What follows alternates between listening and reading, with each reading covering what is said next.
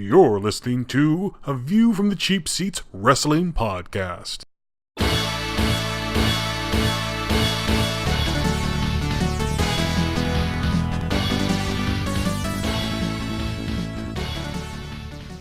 Ladies and gentlemen, it is 10:16 p.m. Central Standard Time, and I've just finished Survivor Series, in which the unspeakable has finally happened.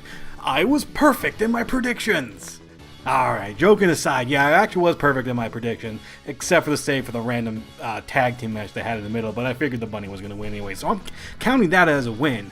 But no, after what felt like forever, for like years on end, we kept hearing rumors here, and oh, something's happening over here, or there's a deal over here. Sting, the last bastion of WCW, the franchise player of WCW, finally makes his WWE debut at Survivor Series. That in and of itself is extremely amazing to me. Think about that for a second. Sting, last man standing for WCW, finally enters WWE. Now, true, Sting also entered TNA, but we're going to sort of forget that because TNA didn't know what to do with him. This is sort of a big monumentous occasion. Sting's never really liked Vince McMahon, or I guess never really liked Vince McMahon's policies and things and how he did it. So to see him, first to hear him like sign deals, like he's going to show up in video games and stuff like that. We thought that was it. That might have been it. All the rumors of WrestleMania matches are coming or going. I didn't think it was ever going to happen. Well, now, completely different. It might actually happen now. Sting's in the WWE. True, I'm not sure how much more gas he has in said tank for any sort of matches, but hey, him just showing up turned what this pay-per-view or free-to-view, whatever you want to call the event, a sort of mediocre, substandard event to something else completely. It went from ho ho hum, yeah, things are going, it's kind of free, it feels like a Raw, to then, holy crap, something really important just happened. Like, that's where it went. That is how the shift happened. Now, it wasn't just Sting. I want to talk a little bit more about Sting. I'm going to talk about something else. I'm going to talk about mainly the main event. The rest of the card, unfortunately, if you on my Facebook page, you saw my predictions. I was not uber excited about this pay-per-view, despite the fact Survivor Series has traditionally been one of my favorite pay-per-views of all time because of the Survivor Series Elimination Tag Match. Only having two on the card, one of them being of the Total Divas crew, which I will never say they don't work. They work. It's just sometimes it just doesn't work out, unfortunately. I think they could be like the best thing on the card, and I think people would just be crapping on them all over the place. But I'm never going to say they never work. They never do anything. They work. They try to work their butt off. I'll say that about any wrestler, anywhere. No matter what, you're going out there, basically slowly destroying your body for my entertainment. So I'll never complain about you ever doing that. But the match itself was just sort of It just didn't go over as well as I thought it was going to happen. And the rest of the card was sort of falling into play. The Dean Ambrose-Bray Wyatt feud is going to continue to TLC. They already announced the match online before Monday Night Raw. So obviously that's just another step. Add the gimmicks because it ain't on disqualification kind of thing. New tag team champions. Damien, Mizdow, and The Miz, what I sort of called. Of course, this is going to mean eventually they're going to break up because Sandow is, way more popular than The Miz. So they're obviously going to have The Miz be jealous and then break up, and then, Sandow will go off on his own. They'll lose the tag team titles, blah, blah, blah, blah, blah. Yada, yada, yada, if you want to put it like that. Everything else was sort of there. Divas match, really quick. The added tag team match, again, really quick, and that's just slowly pushing Adam Rose to be a heel, which he probably needs at this point, because, man, he never got out of the gates with that gimmick. So, what should we talk about then? Well, there's only one real match, and the real match itself is what everyone sort of wanted to see in general. That was the Survivor Series main event, the big 10-man elimination tag match, which, going into it, I said was probably one of the more random assortment of teams you can ever really put forth. And with the current like atmosphere that's going on right now, with the current roster, it was really random. Team Authority had Seth Rollins. Okay, again, makes sense. Rusev made sense. Another big guy they've been pushing to the friggin' moon. Was there. But then you had sort of the standard like big evil guys that kind of need stuff to do. You had Kane, who was just hanging around. You had Mark Henry, who was just hanging around. Then you also had Luke Harper, again, another guy they probably want to do a good push on. And that's why they gave him the Intercontinental title. Also to kind of, I guess, up the stakes a bit. So here you have a very powerful looking team. Weak links being Mark Henry and probably Kane. You could say you could replace them. Maybe you put Cesaro in there somewhere. Maybe like remove Mark Henry, put Cesaro in, try to get him back up to where he is. But again, I'm biased, so I'm doing fantasy booking there. Versus Team Cena. And Team Cena, in and of itself, was even more random. I mean, you had Cena as the quote-unquote captain. You had Ziggler, who it does look like they've someone, I don't know, has pulled the trigger, flipped the switch, whatever cliche you want to use. They've sort of figured out, hey, this guy kind of comes in and does everything we ask, and he works his butt off and all this sorts of stuff and almost kills himself in the ring every night. Well, let's give him a push. Like, this has been the best push he's had for a while now. You could say, like, well, he lost the Intercontinental title. That's very true. He'll probably back. You never know. But at this stage, it was, time to elevate him a little bit. Try to bring it back to main event where they sort of screwed it up earlier on. And that's sort of been a tradition. That's why I don't want Seth Rollins to actually cash in the Money in the Bank. I want him to lose it or something. Because I feel like when he cashes it in, his run afterwards is just going to be terrible. It's tradition. Ziggler cashed in. His run was terrible. Daniel Bryan, when he finally won the title, the run afterwards was doing terrible until he had to step out because he got hurt.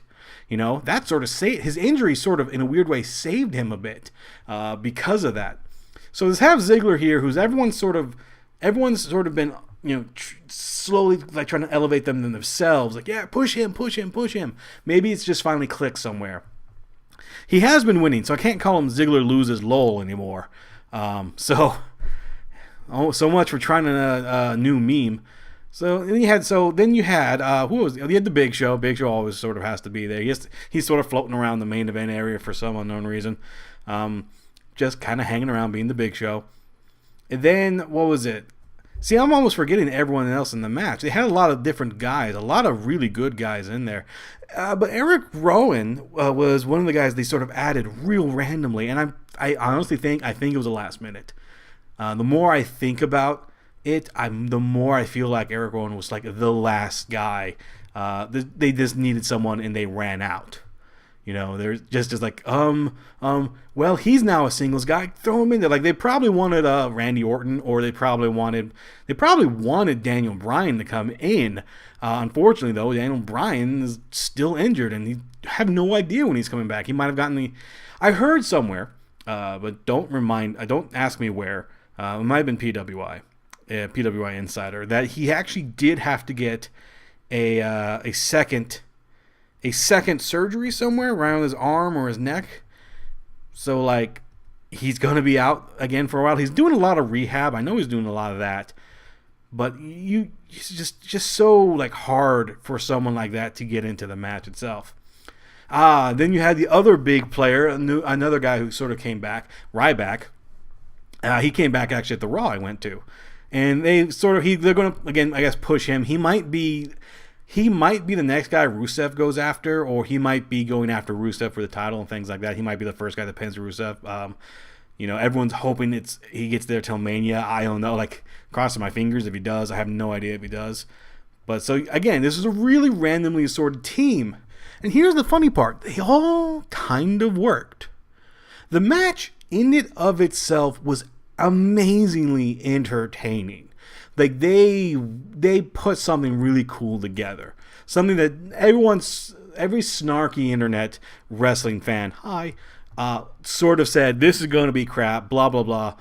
Always expecting the worst. And here we are getting pleasantly surprised by a match that actually very well put together. A few changes I would have made here and there, and I'll talk about those soon here, but Again, this is me complaining about wrestling fans on the internet, is that everyone crapped on this match before it happened. Now everyone's going to think this is a really good match and will never say they were wrong. I just want someone out there to go, hey, I was wrong. This match actually was better than I thought it was going to be. Just someone out there, please. Just somebody, anybody. Say in the comments that I did it, or send me an email. I just kind of want to hear that. Because like I said, was a very entertainingly put together match. With Mark Henry going out super early. So I was like, oh, so I guess Mark Henry Big Show feud was over. Like, that was the end of it. That was the blow off. Yay. Truth be told, how long could we actually enjoy a Mark Henry versus Big Show feud? Let's be honest. As much of these guys will love the clobber the crap out of each other, it just really wasn't going to work, unfortunately. But everything else sort of fell into place. One of the big things I had a conversation on Twitter. Also, please follow me on Twitter. My handle is in the description. Ding. Where the guy was, Rusev. Rusev has not been pinned since debuting. He's lost, but he hasn't been pinned. And we want to sort of see how long that... I want to see how long that happens. I don't know if it's going to happen until Mania. I want to see how long it's going to happen. So then the biggest question is, well, is he going to be pinned in this match? Oh, he might be pinned in this match. Because how is he going to get eliminated? How will he be eliminated without pinning or submitting? Well, luckily, Survivor Series matches still have DQs and countouts. I thought would be cool would be him to lock in the BAClend on somebody. That person pass out. So that person, whoever it is eliminated.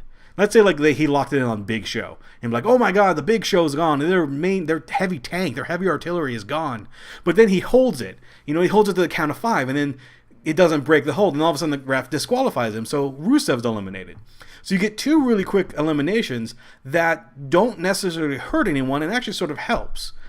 Didn't happen that way. He got counted out by knocking himself unconscious, which was actually kind of funny. Because he went to go jump on Ziggler on the Spanish announce tables, who, by the way, I've noticed lately, the Spanish announce team evacuation plan is so rehearsed, it's perfect. It's the moment a guy comes over, grabs the table, they're gone, the table's cleared, and all right, we're safe now. That's one of the weird things I notice when I watch these shows now. Is Spanish announce team is we're good, we're done, we're out. We know something bad is about to happen to our table. We've been doing this for 50 years. Well, not them, but you know what I mean. So he knocked himself out, got counted out, and Ziggler. I think Ziggler was the one he was fighting. Yeah, because Ziggler moved and he knocked himself unconscious. So it's okay. He lost, but he didn't lose. He didn't get pinned. Still not pinned. You can still push that he wasn't pinned. He lost by by going a little bit too far and being outsmarted, which has happened before. I feel you could they haven't said Rusev is a master tactician. You can outsmart him to win. Just no one has been able to get past the brute strength yet. So that's something you can kind of build on and work with as well. So it was sort of funny to see Rusev go out like that. But again, as long as he wasn't pinned, and I think everyone kind of they'll take it. Yeah, he wasn't pinned. But the match went back and forth. In any sort of traditional match, in a Survivor Series match, especially usually in the main events, what normally will happen is that at one point or another, the faces will get just outnumbered for some reason on the heels. And it took a weird surprise, and this was sort of a negative because it was one of those things. It was a swerve. It's hey, I didn't see this coming, but it was also sort of hey, I didn't see this coming. This also doesn't make a lot of sense. They tried to pull the story of it together. So Ryback got pinned, which actually was kind of shocking too, the way they were pushing him so lately. And he was have him go out so quick, and then Eric Rowan got pinned, I believe, and eliminated as well. So that left Big Show, Ziggler, and Cena versus Rollins, Kane, and Harper. So it was 3-on-3, but Ziggler's just got destroyed recently. So he's out on the floor. He's gone. And so it was Big Show and Cena, and they're doing the face-off in the ring, and Big Show turns on Cena and punches his lights out. You're what? Huh? That doesn't make a lot of sense, because the whole we're going to fight for our jobs and take out the authority, and I'm going to turn on you. Why? Well, they tried to solve it as he saw the team was failing. There was unsurmountable odds. They wouldn't be able to win. I was it's Rollins, Kane, and Harper. truth be told, it's Rollins and Harper. Like, you could have still fought. What happened next, though, was actually shocking. Because I didn't think they would do that. Because he punched Cena. Cena got hit with the curb stomp and then got pinned. Like, Cena got pinned. 1, 2, 3, clean. That's it. Clean. I say clean. He got beat up, but still, 1, 2, 3, boom, eliminated, gone. Like, that left only one guy left because Big Show walked out, so they just basically counted him out. They didn't count him out, but everyone assumed they counted out. I assumed he got counted out. So Ziggler's left. That's it. It's Ziggler. It's Ziggler versus 3 guys. Uh-oh. Like, this is Ziggler we're talking about. This is lol, Ziggler loses, like I said earlier. But no, they pushed him they pushed him really strong in this match. One of the takeaways I got from this is that Ziggler got more pins than Cena in this match. More legit wins than Cena in this match. You expect Cena to get all the wins, but no, Ziggler got the most wins. It was strange. Here, this is what I put it at. Everyone imagined that Cena would go Super Cena and then wreck everyone and then come out the victor. That was almost a given. Everyone said that was going to happen, period. It didn't. Because Cena got pinned. But the spot of going Super Cena was given to Dolph. See, it's very odd. It's very strange to say that because when Dolph got in, like, Dolph was out. You know, Dolph was beaten up and like, oh, this is going to be really easy. But he kept kicking out. And then he got a pin. And then he got another pin. And he keeps kicking out of Seth. Like, it was the last 2 guys was Seth Rollins and Dolph Ziggler in a main event of the 4th major pay-per-view of WWE. Cena was nowhere to be seen for the last 15 minutes of this match. He was gone. He was in the back. The spotlight was on those 2 guys. Now, Rollins has been pushed perfectly in his role. Ziggler's been lost in the shuffle for so long, it's not even funny. But now, all of a sudden, the 2 guys in the main event are 2 young guys, 2 young workhorses, guys that you could probably build a really good scene around, have some really great matches with. Like, you feel like you've entered Bizarro World. Like, this doesn't normally happen. You're like, no. Cena's supposed to happen, you know. Everyone else is supposed to be eliminated, and Cena's supposed to go, da-da-da-da, I win, lol. But it didn't happen that way. Like, everything worked out, like, really well. Like I think Ziggler has looked the strongest he's looked in a long time these last month or so. And maybe that was because they got rid of the World Heavyweight Championship. Well, they didn't get rid of it. Brock Lesnar has it. But that has sort of left this weird void. And now, I don't know how long that will last, because Brock Lesnar will eventually return, and I believe John Cena is still the number 1 contender. But, like, it was so weird to have a situation where 2 young guys were the last, 2 members of a Survivor Series match like this. I don't remember the last time I think that happened was several years ago. So what happened? How did Ziggler pull off the upset? How did he become the sole survivor? Well, that's because Sting happened. It was interesting. I don't know how I would debut Sting. Like, if I was a booker and I worked at WWE, I wouldn't know how to debut him. Like, if we finally came to terms and said, we want you in the ring, he actually said yes, I would be like, oh wow, I didn't expect that. I don't know what to do now. And I think they did it in a pretty good way. Sting kind of debuted with WWE 2K, one of the early trailers of WWE 2K15. They had Sting because he signed that. He sort of signed, I guess, a Legends deal or whatever you want to call it, but where he was allowed to use his likeness and so forth like that, and he gets money for it. Otherwise, you wouldn't really sign the deal. But when he showed up, everyone got really excited, and then got really disappointed when they found out it was just a video game scene. So everyone's like, ooh. And that might have clicked. That might have been like, ooh. We need to bring him into the ring. First let's see if he wants to come in the ring. And when he says yes, we got to figure out how to bring him in the ring. Because they could have done it really quick and ruined the whole thing. But I feel like they did it just about right here. Because The end of the match was a very attitude era end of the match. Refs are falling like flies at this point. No one's getting disqualified at all. So for like the final refs to come in after Triple H kind of goes nuclear and tries to and pedigrees Ziggler, it's like, no, I'm not going to lose my. I'll give Triple H credit. Like I absolutely, he sold the desperation 1,000% on outside of the ring, and it just sort of built as the match went on. It was great, and so he finally sort of went nuclear, going, "I'm not going to lose my job. I'm not going to lose my job." And then Sting shows up, like 1, 2, what? Truth be told, a lot of people are going to point out, well, why didn't the ref just finish the count? Why did he stop? It's wrestling. That's why he stopped. That is your answer. It is wrestling. That is why he stopped. Music goes on. New music. Sort of crow. You see the Titantron and everything. You see him walk out, and the place goes nuts. I got goosebumps for like the first time in a long period of time watching a pay-per-view like that. I think the last time I got goosebumps was WrestleMania 30 with Daniel Bryan winning the title. So to see Sting like come out, I'm like, oh my god, it's really happening.